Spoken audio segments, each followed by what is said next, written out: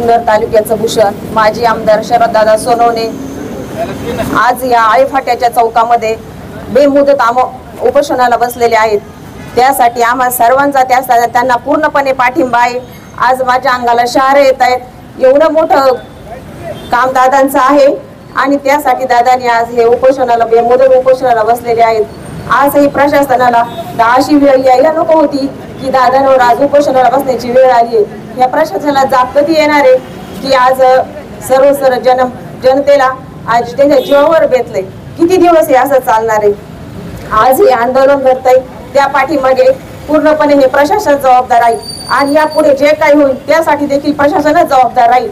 यासाठी आम्ही सर्वजण दादांच्या पाठीमागे खंबीरपणे त्यांना उभे आहेत आणि त्यांना बेमुदत पाठिंबा देणार आहोत आणि यापुढे देखील दादांच्या कार्यामध्ये आमचा पूर्णपणे सहभाग राहणार। आज माझा शिवांश 9 ऑक्टोबरला गेलेला आहे, पण आजही मी त्याची आठवण काढल्याशिवाय राहत नाही, कारण मीच त्याला सांभाळित होते। काय निधी दिलाय आम्हाला? 25 लाख। आम्ही शेतकरी, भिकारी शेतकरी आहेत, पण मी आज त्यांना 30 देते। माझा शिवांश मला आणून द्यावं।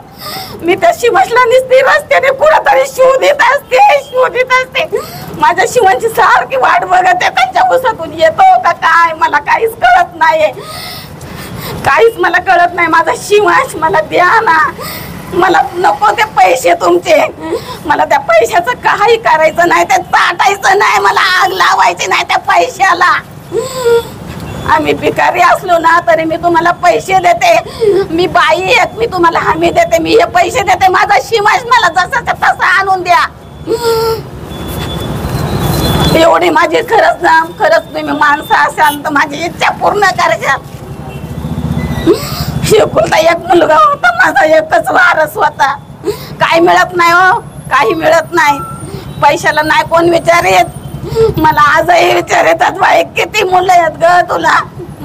मी सांगते मला 2 मुलं आहेत, माझा अमोल आणि माझा विकास।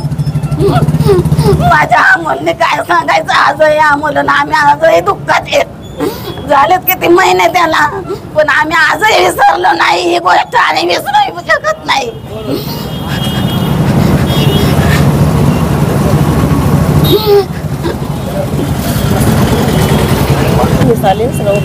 चाललंय अहो, आम्ही अगोदर म्हणत होतो यांना पिंजरं लावा, अगोदर वाघ फिरत होते त्याच्यातून।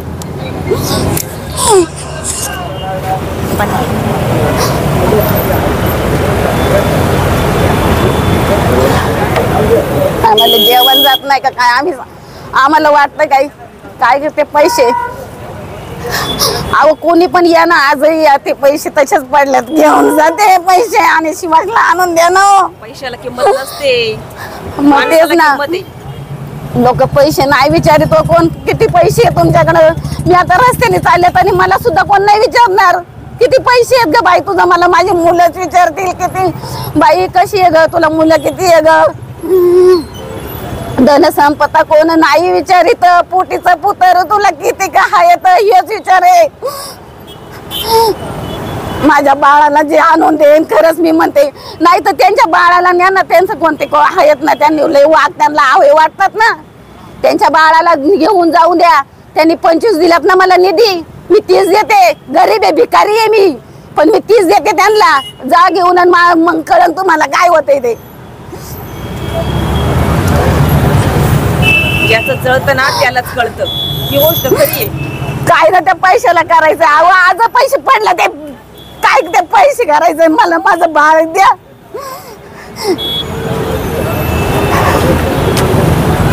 निधी दिला, निधी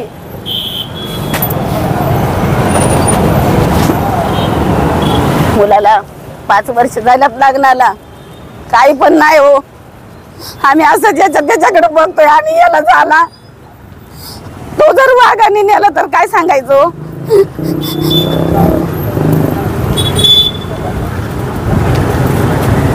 बघा लोकांच्या भावना कशा तीव्र आहेत, डोळे भरून आले। 6 वर्ष झालेत माझ्या विकासला, इथंच महाराष्ट्र बँकेच्या पुढेच तो मसाल्याच्या त्या दुकाना पुढं पैसे काढायचं भरायचं काम करतो, पण आज मूल नाही। आणि जे मोठ्याला झालं त्या बाईचं 2 शिजेर झाले. आज पण म्हणतोय कधी माझा शिवांशी येईन, कोणत्याही तरी रूपात येईल. पण नाही ना हो. तुम्हाला वाटतं पैसे दिले झालं, समाधान झालं, मोकळे झाले.